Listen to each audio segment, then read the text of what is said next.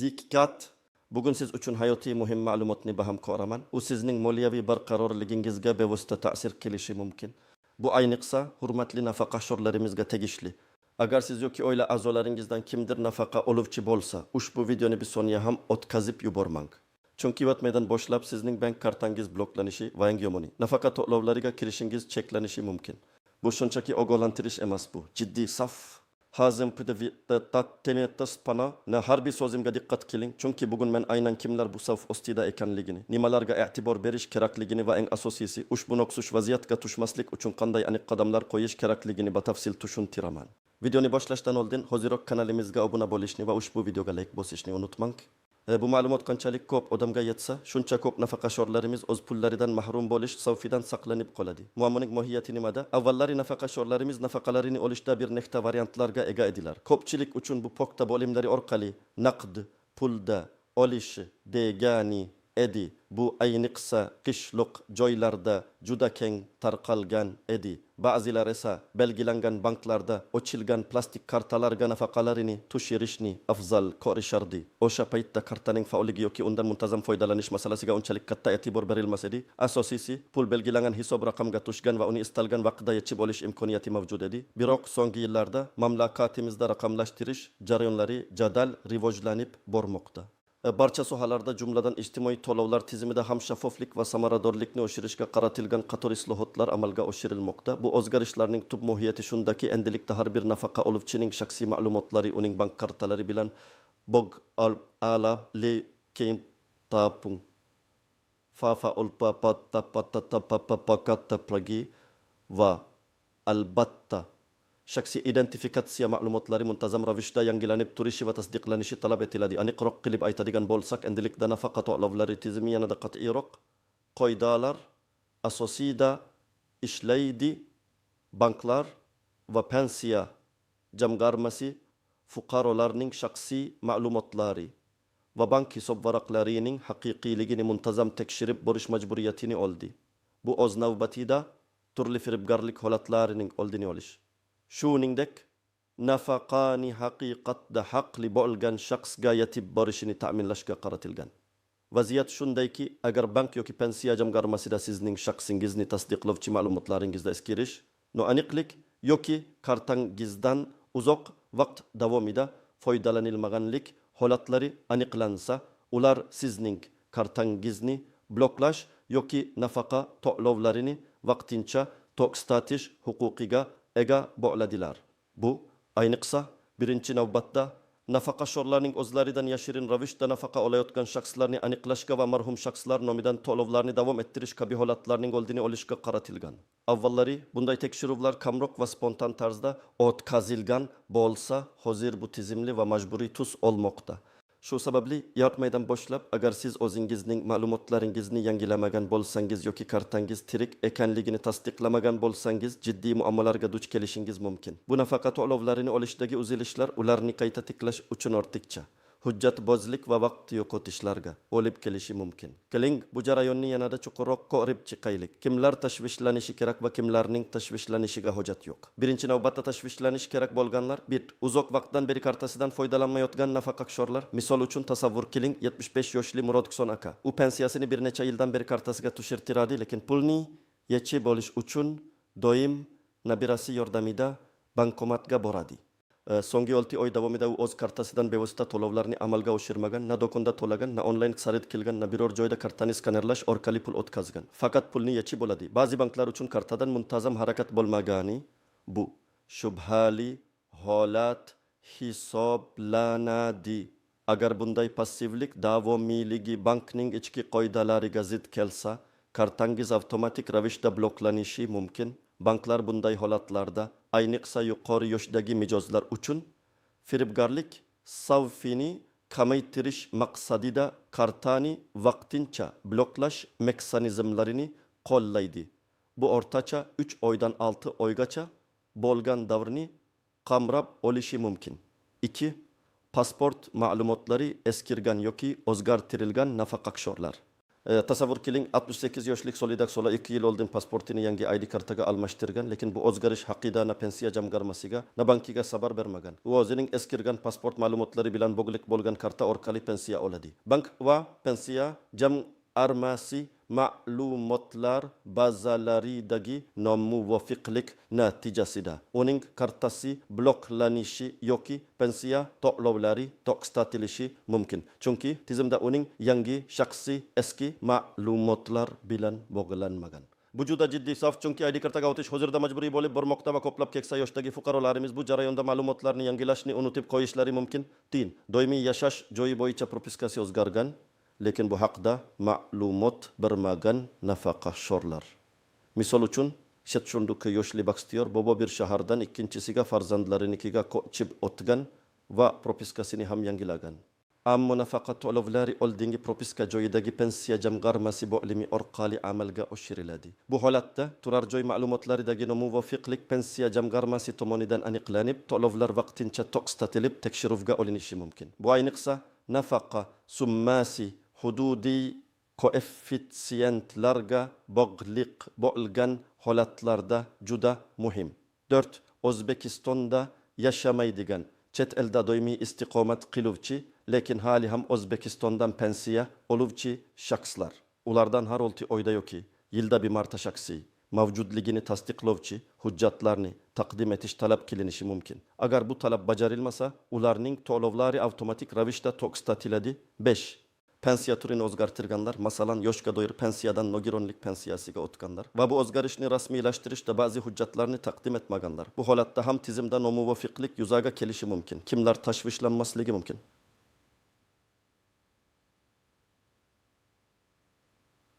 O'zdanchintaz bank kartasidan muntazam foydalanuvchi nafaqaxo'rlar.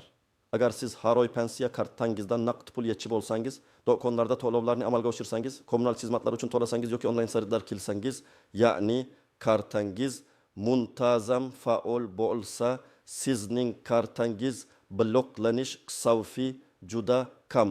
Bank tizimlari kartaning faolligini kuzatib boradi va muntazam harakatlarni ko'rsa, uni tirik deb hisoblaydi. 2. Yaqinda pasportini ID kartaga almashtirgan va bu haqda bank hamda pensiya jamg'armasiga xabar bergan nafaqaxo'rlar. Agarda sizda shaxsiy ma'lumotlaringiz yangilangan va barcha tegishli muassasalarga bu haqda xabar berilgan bo'lsa, siz xotirjam bo'lishingiz mumkin. Barcha ma'lumotlar tizimda mos keladi. 3. Pensiya turini o'zgartirganda barcha hujjatlarni to'liq rasmiylashtirgan nafaqaxo'rlar.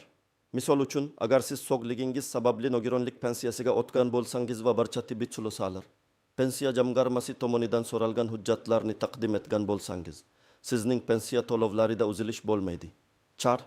Jismoniy holati sababli bankka yoki pensiya jamg'armasiga borib kelishga qiynaladigan, lekin vasiy yoki ishonchli vakil orqali barcha zarur hujjatlarni yangilab turadigan nafaqaxo'rlar.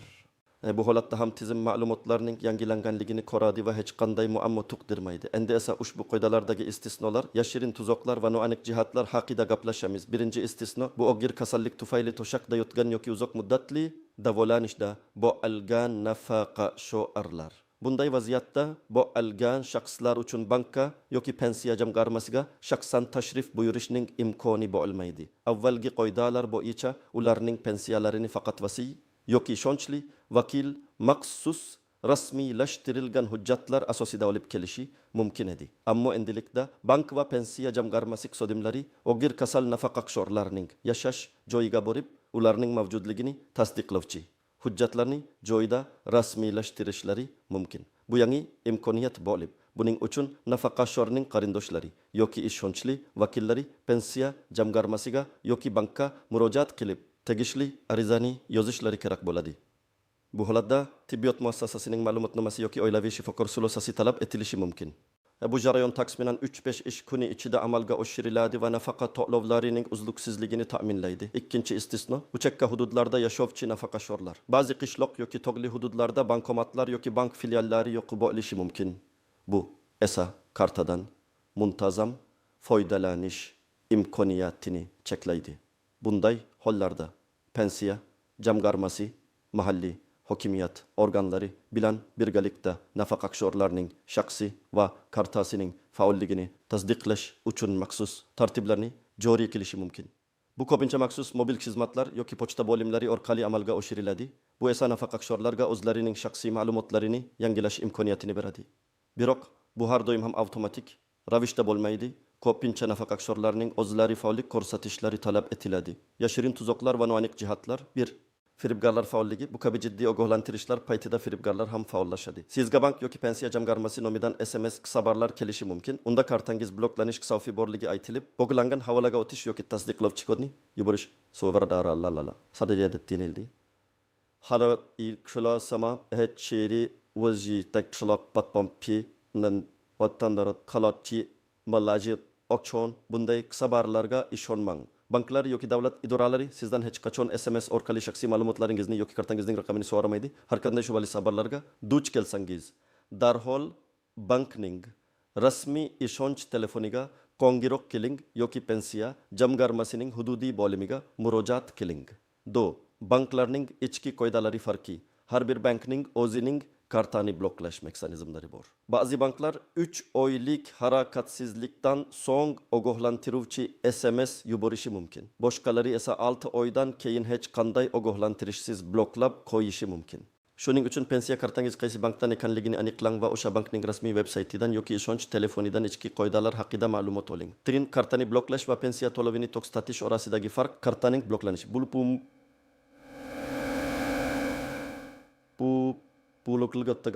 aman kakirish shaynmon kirikish imkoniyatining cheklanishi, ammo pul hisob raqamda qoladi. Pensiya to'lovining to'xtatilishi, bundan davlat minilab mastatilishi, bu pulning umuman hisob raqamga tushmasligi degani. Ikkinchi holat yanada jiddiyroq bo'lib, uni tiklash ko'proq vaqt va hujjat talab qiladi.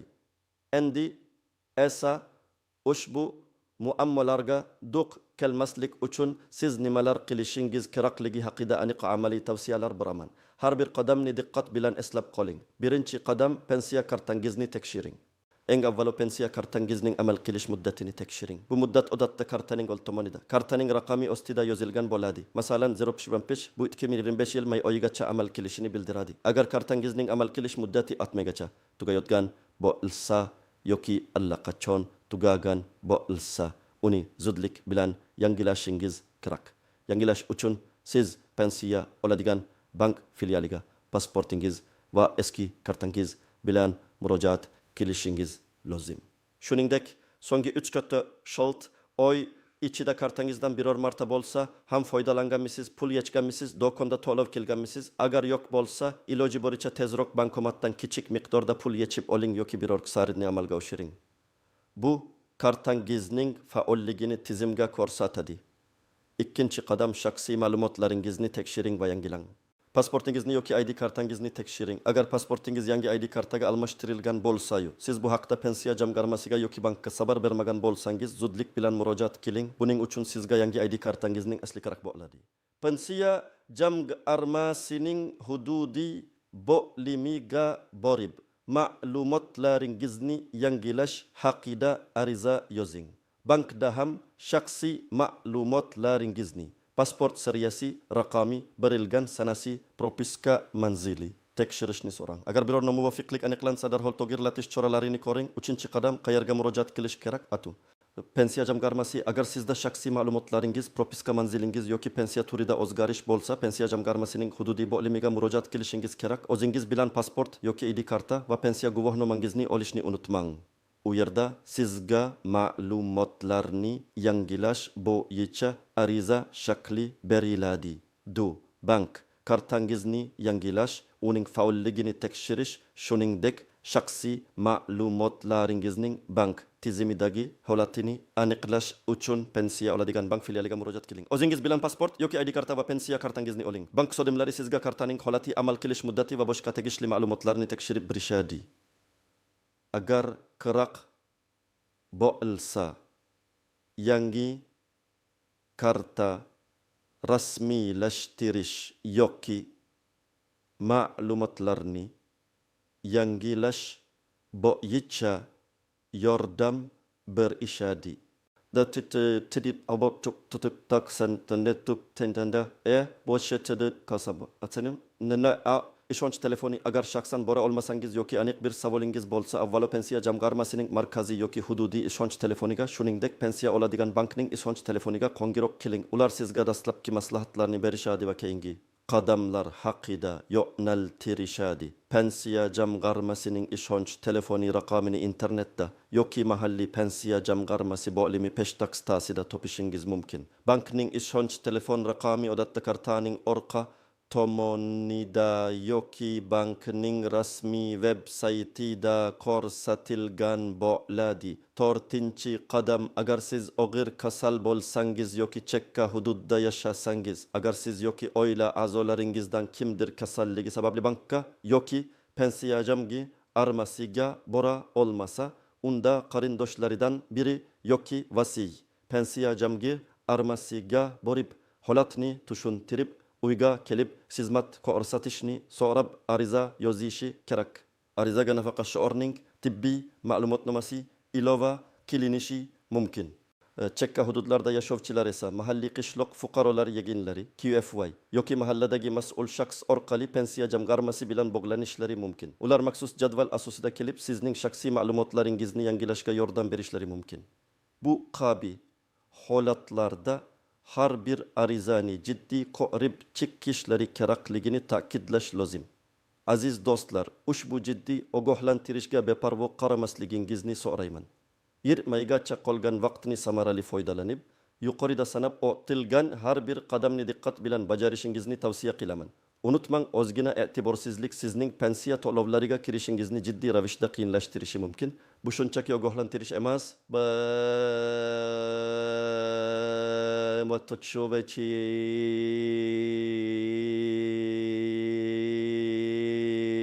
sizning moliyaviy osoyishtaligingizni himoya qilishga qaratilgan chaqiriqdir. Umid qilamanki, ushbu video siz uchun juda foydali bo'ldi va ko'plab savollaringizga javob topdingiz.